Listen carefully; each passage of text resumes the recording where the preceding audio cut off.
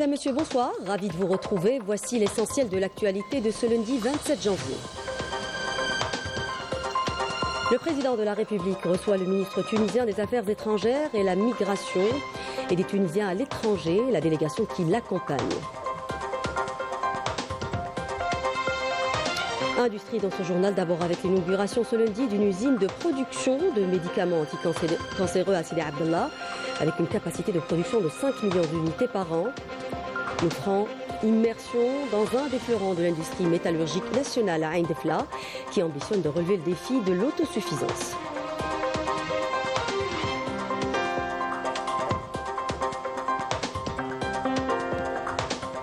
Histoire avec un focus sur cette page ignoble du colonialisme français, qu'est la torture, un moyen d'intimidation utilisé par l'armée française contre les civils et les résistants dans ses anciennes colonies. L'exemple en Algérie, mais aussi à Madagascar, dans ce journal. L'actualité internationale. L'actualité internationale marquée par ces images de marée humaine de Gazaouis, de retour au nord de l'enclave palestinienne, un retour qualifié de victoire contre les plans sionistes d'occupation par le Hamas.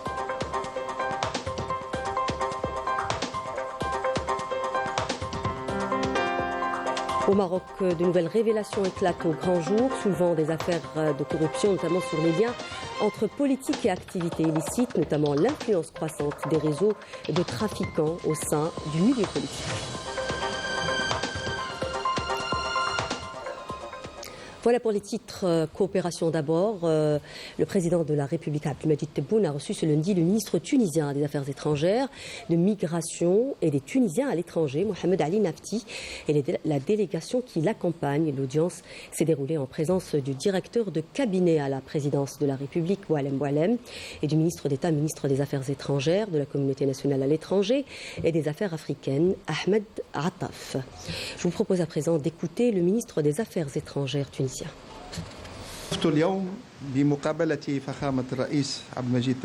J'ai eu aujourd'hui l'honneur de rencontrer le président Abdelmadjid Tebboune, à qui j'ai transmis les salutations fraternelles du président de la République tunisienne, Kais Saïed.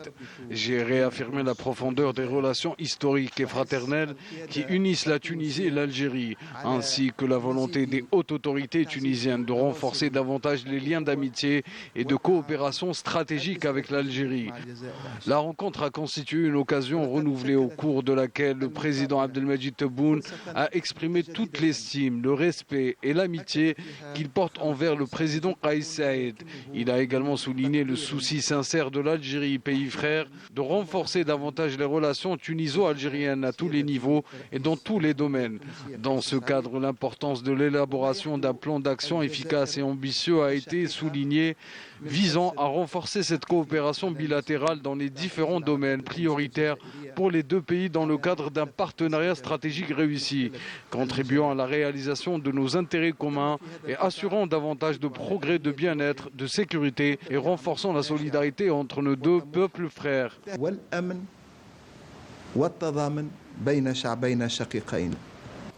Et le ministre tunisien des Affaires étrangères, de la Migration et des Tunisiens à l'étranger a affirmé par ailleurs que l'audience était l'occasion d'aborder l'ensemble des questions arabes et africaines d'intérêt commun, ce qui représente une tradition de concertation et de coordination adoptée par les deux présidents algériens et tunisiens. Écoutons-le.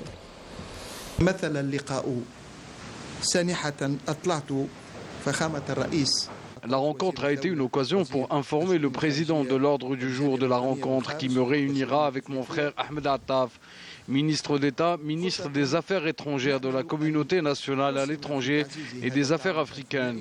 Un plan à travers lequel nous espérons contribuer à renforcer cette coopération bilatérale de manière efficace afin d'atteindre l'objectif que nous visons tous, à savoir un partenariat stratégique réussi à tous les niveaux, à travers la bonne préparation des prochaines échéances bilatérales.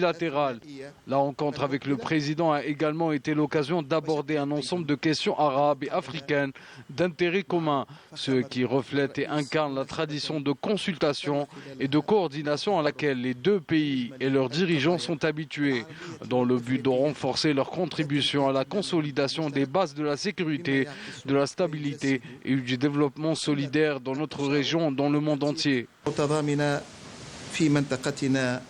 وفي العالم بأسره. Le ministre tunisien des Affaires étrangères, de la migration et des Tunisiens à l'étranger, Mohamed Ali Nafti, a été également reçu par le ministre des Affaires étrangères, de la communauté nationale à l'étranger et des Affaires africaines, Ahmed Attaf.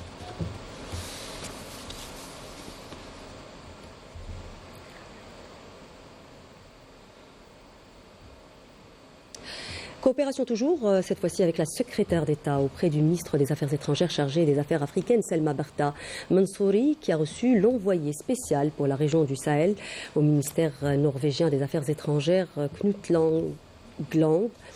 L'audience était l'occasion d'aborder les moyens de consolider la coopération bilatérale pour renforcer les efforts pour la stabilité et le développement dans la région du Sahel. Les deux parties ont également évoqué les défis sécuritaires, les changements climatiques et les questions humanitaires auxquelles est confrontée la région. La rencontre a été par ailleurs l'occasion d'assister sur le renforcement de la coordination internationale afin d'accompagner les pays du Sahel dans la lutte contre ces défis multidimensionnels. Dans la coopération africaine, particulièrement dans le domaine de l'énergie, le ministre d'État, ministre de l'énergie, des mines et des énergies renouvelables, Mohamed Arkab, a affirmé ce lundi à Dar es Salaam en Tanzanie l'engagement de l'Algérie en faveur du renforcement de l'intégration africaine et internationale en matière d'énergie, saluant l'initiative Mission 300 qui vise à raccorder 300 millions d'Africains à l'électricité d'ici 2030.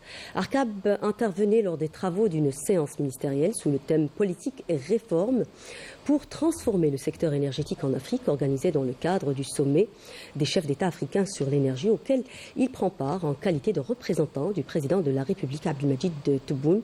Dans son allocution, le ministre de l'Énergie a mis en avant l'importance de l'interconnexion électrique entre l'Algérie et les pays africains, avec des plans à même d'étendre la coopération régionale et d'augmenter les échanges électriques pour soutenir le développement socio-économique dans le continent. Et dans le même contexte et à la veille de sa participation mardi, donc demain, au sommet des chefs d'État africains sur l'énergie en Tanzanie, le ministre d'État, ministre de l'énergie, des mines et des énergies renouvelables a eu des entretiens avec de nombreux ministres. Ahmed Arkab s'est notamment entretenu avec le ministre de l'électricité et de l'énergie de l'Afrique du Sud, mais également avec la ministre de l'Industrie, des mines et de l'énergie de la Tunisie.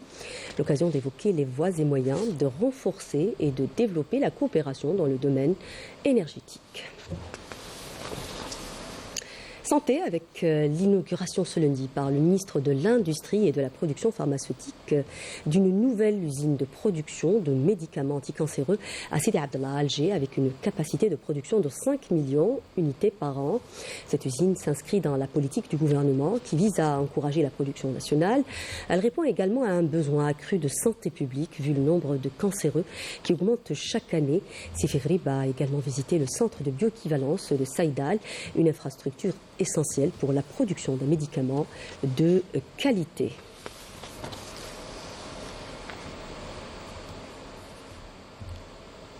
Partons à présent à Ain Defla, dans la zone industrielle, pour visiter un des fleurons de l'industrie métallurgique nationale avec une expérience de plusieurs années dans le domaine de la charpente métallique. L'entreprise Bati Metal West, qui a réalisé de grands projets d'envergure nationale, propose une large gamme de services et envisage de relever le défi de l'autosuffisance industrielle. Immersion avec Saïda Mayouf. Regardez. Implantée dans la zone industrielle de la wilaya de Ain Defla, l'entreprise publique Bati Metal West, un des fleurons de l'industrie algérienne, muni d'une longue expérience acquise au fil des ans en matière de charpente métallique et de chaudronnerie, se fixe l'objectif de réussir le pari de l'autosuffisance industrielle. Nous offrons à nos clients une large gamme de services tels que l'étude, la conception, la fourniture, la fabrication, le transport et la pose. Nous faisons même du tout corps d'État. Donc nous exerçons depuis 1983 au niveau du site Ain Defla. Et nous avons eu l'honneur de travailler avec des entreprises prestigieuses telles que Sonatrach, Naftal, Sonalgaz, ainsi que des clients administratifs. Alors parmi les projets principaux qu'on a réalisés, les parkings à étages, les hangars d'avions pour le compte de l'MDN, des hangars hélico, les piscines assoirs, des hangars de stockage, les silos métalliques. Batimeta, c'est pratiquement toute ma vie, donc on a passé toute notre jeunesse. 30 ans, c'est toute une vie. Donc. Tout le process de fabrication débute par le bureau de traçage où les plans sont décortiqués grâce à des croquis. Ils seront exécutés par la suite au détail près dans les ateliers par des employés armés d'une haute technicité. Nous existons après la restructuration de l'entreprise mère depuis 1979. Notre capacité de production est très élevée. Elle est de l'ordre de 12 000 tonnes annuellement. Nous comptons 450 travailleurs avec un savoir-faire reconnu. Nous avons 3 lignes pour la chaudronnerie et 3 lignes pour la menuiserie. Cette unité industrielle, avec plus d'1 siècle d'expérience et d'inventivité, ambitionne la conquête de nouveaux marchés internationaux, notamment le marché africain.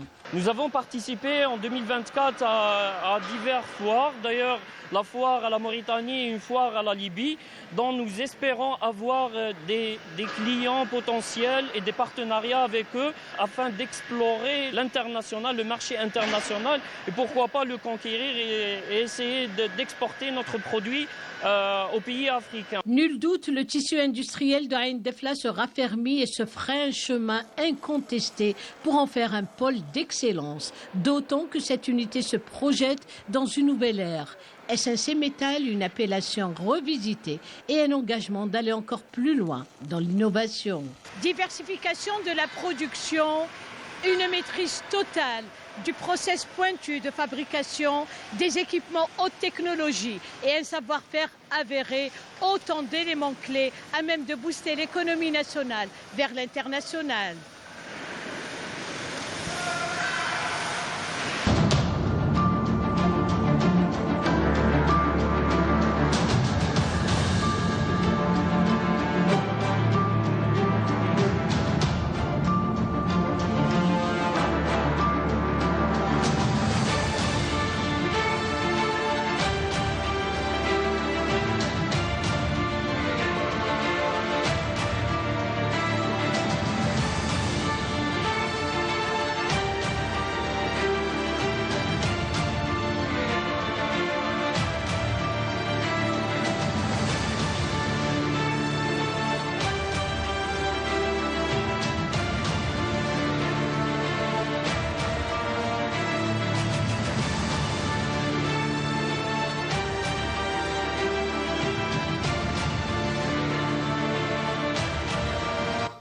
Dans la partie histoire de ce journal, une page des plus ignobles du colonialisme français, la torture, qui reste indélébile dans les mémoires de ceux qui l'ont connue. Un exemple poignant dans ce journal avec le centre de torture de Bourguendora à Blida, témoin de la barbarie de l'occupation française. Certaines images peuvent choquer. Amel Bouarba. Nous avons subi plus de 4 heures de torture sans aucune pitié. Le centre de torture de Bourguendora à Blida porte encore les traces d'une époque où la torture était pratiquée par l'armée coloniale comme un système de guerre, théorisé, enseigné et pratiqué à grande échelle. Dans ce lieu chargé d'émotions, les tortionnaires français semaient la terreur et faisaient endurer aux Algériens les pires sévices. Pour ces moudjahidines, les souvenirs sont encore vivaces, tout autant que la douleur. On m'a capturé la nuit et on m'a jeté dans cette cellule. On m'a ligoté ensuite, on m'a plongé dans l'eau et torturé avec de l'électricité. Entre ces murs résonnent encore les cris de douleur des moudjahidines entassés et torturés par les officiers français, notamment le colonel sanguinaire Antoine Argou. Il a pratiqué les tortures les plus atroces sur les combattants algériens et ordonné des exécutions sommaires sur la place publique de l'Erba.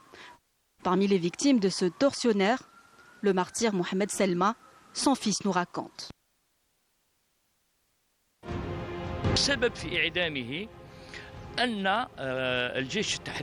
Mon père a été exécuté de sang-froid. L'armée de libération nationale avait tendu une embuscade dans la région de Meftah entraînant la mort des éléments d'un régiment d'infanterie coloniale, à sa tête un officier français. Pour se venger, l'armée coloniale a procédé à des exécutions sommaires des moudjahidines détenus au centre de Bouqendoura. في بوقندورة وخاصة المسجونين الذين يقطنون في تلك المنطقة فأعدموا. Le centre de torture de Bouqendoura à Blida, un témoin de la barbarie de la France coloniale.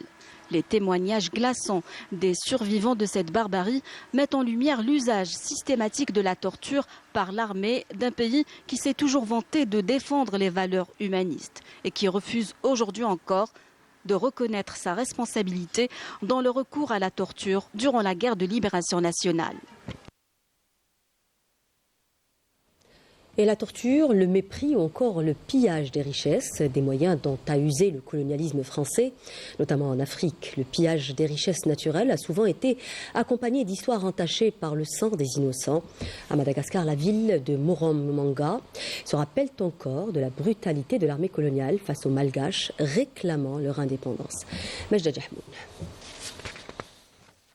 Avec sa beauté envoûtante et ses richesses naturelles, Madagascar a toujours attisé les convoitises des puissances coloniales, à commencer par la France, qui a commis un grand nombre d'exactions sur ce sol, plongeant l'île dans les affres de l'esclavage, des massacres et d'un racisme institutionnalisé. Quand le peuple malgache a décidé de briser les chaînes de l'oppression coloniale, la France a répondu par une répression sanglante. Parmi ces atrocités, la tragédie de Moramanga, où des dizaines de milliers de Malgaches ont été massacrés sans pitié.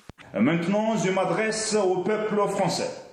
Nous, les Africains, nous, le peuple Madagascar, nous n'avons aucun problème avec vous, mais notre problème, c'est votre gouvernement. Nous, les Africains, nous, les Madagascar, nous sommes aussi des êtres humains et nous avons le même droit que vous. Nous méritons de vivre avec la même dignité que tout autre être humain.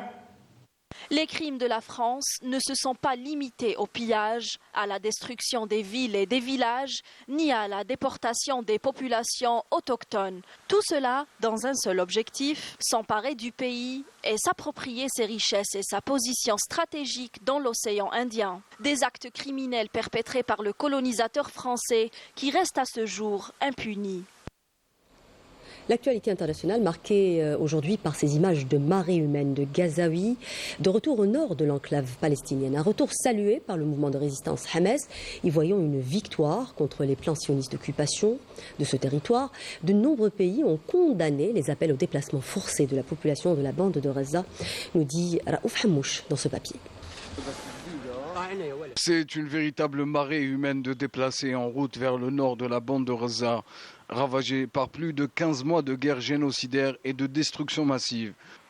Après des mois d'errance, des centaines de milliers de Gazaouis ont entamé ce matin l'épreuve du retour vers leurs maisons et leurs proches, après de longs mois de séparation, sans connaître les conditions de vie dans cette zone dévastée. Animés d'un mélange d'espoir et d'incertitude, les habitants regagnent des quartiers en ruine à la recherche de ce qui reste, de ce qui était, il y a un peu plus d'une année seulement, leur foyer. Plus de maisons, plus d'écoles, plus d'hôpitaux, seulement des gravats. 90% du bâti a été détruit par l'entité sioniste. 135 000 tentes et caravanes sont nécessaires à Razaville et dans le gouvernorat du nord du territoire pour loger une grande partie de la population désormais sans abri. Ce retour en masse réaffirme l'attachement des Palestiniens à leurs terres et à leurs racines.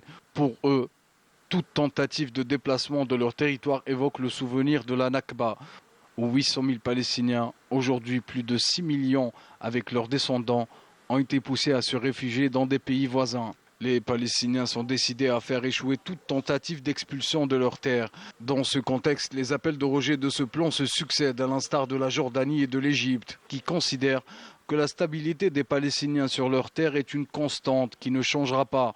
Le ministère allemand des Affaires étrangères a indiqué que Berlin partageait le point de vue de l'Union européenne, de ses partenaires arabes et des Nations unies, selon lequel la population palestinienne ne doit pas être expulsée de Gaza et ne doit pas être occupée de manière permanente recolonisés par l'entité sioniste.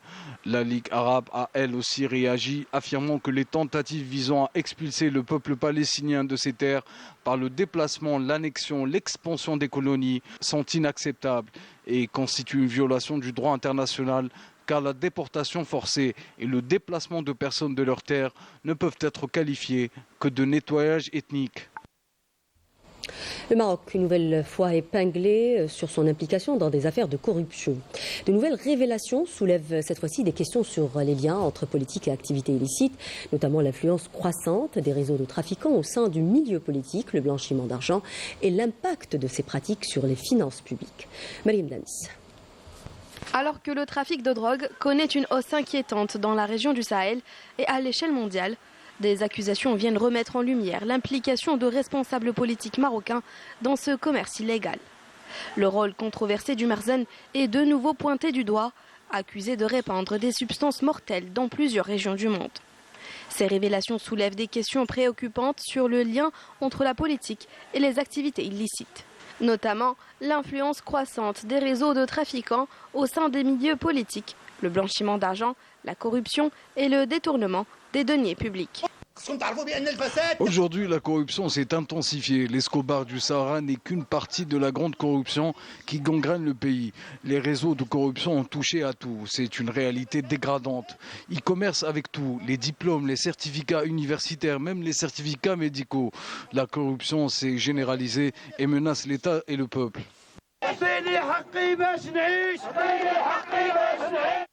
La persistance de la corruption au Maroc, un phénomène ancré dans les pratiques du Merzen, souvent associé à la corruption, en particulier dans les secteurs des affaires et de l'investissement, a créé une situation préoccupante menaçant la stabilité du pays et plongeant encore plus les tranches les plus vulnérables dans la précarité. Les experts qualifient cette situation de dangereuse et les conséquences de l'inaction se traduisent par des impacts financiers considérables, assumés principalement par les plus démunis selon les rapports du Forum économique mondial. Vous nous mentez et vous nous menez droit dans le mur. Vous parlez d'investissement, d'attirer des entreprises, mais dites-nous, quelle est la réelle valeur ajoutée? La majorité des emplois proposés sont des contrats ANAPEC ou bien des contrats d'une durée de 3 mois. Comment ce citoyen peut espérer sortir de la pauvreté pour accéder à la classe moyenne? Et on s'étonne d'avoir 21% de taux de chômage? C'est la corruption qu'ils sont censés combattre. Nous sommes plus qu'opprimés dans notre pays.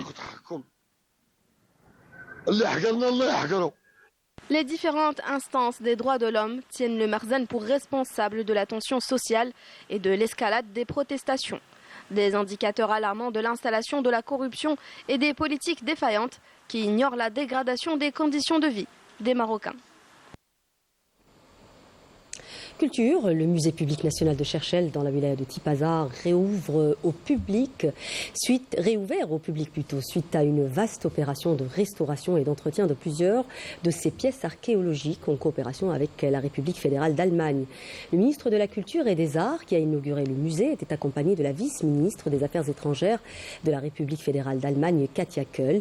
Zohir Balalou a assuré que la coopération entre les deux pays est un modèle à suivre dans le domaine de partenariat culturel qui remonte à 1966, année de signature du premier accord de coopération scientifique et culturelle entre l'Algérie et l'Allemagne. Le projet de restauration du musée de Cherchell a porté, rappelons-le, sur la restauration et la conservation de 169 pièces archéologiques entre statues et sculptures rares, en plus de la modernisation du système d'exposition dans un style scénographique moderne, tout en lui assurant une protection antisismique.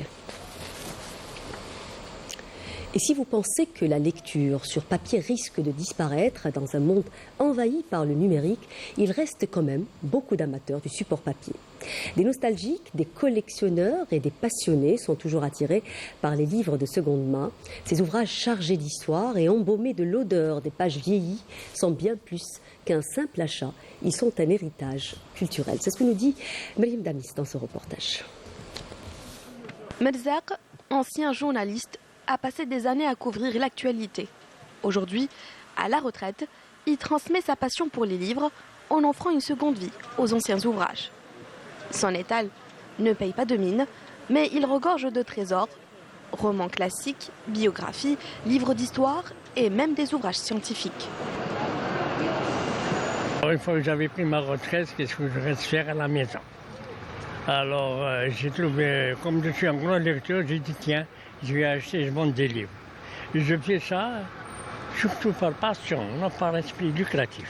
Je suis tombé sur quelques pièces rares, je ne sais pas, il y a des livres qui sont qu'on ne trouve pas, qui datent de 1700. C'est l'ancien français, on l'appelle le François, de 1700 et quelques. Oui, les livres, on les achète chez des particuliers. Hein. Mais Melzer n'est pas seul à partager sa passion pour les livres d'occasion.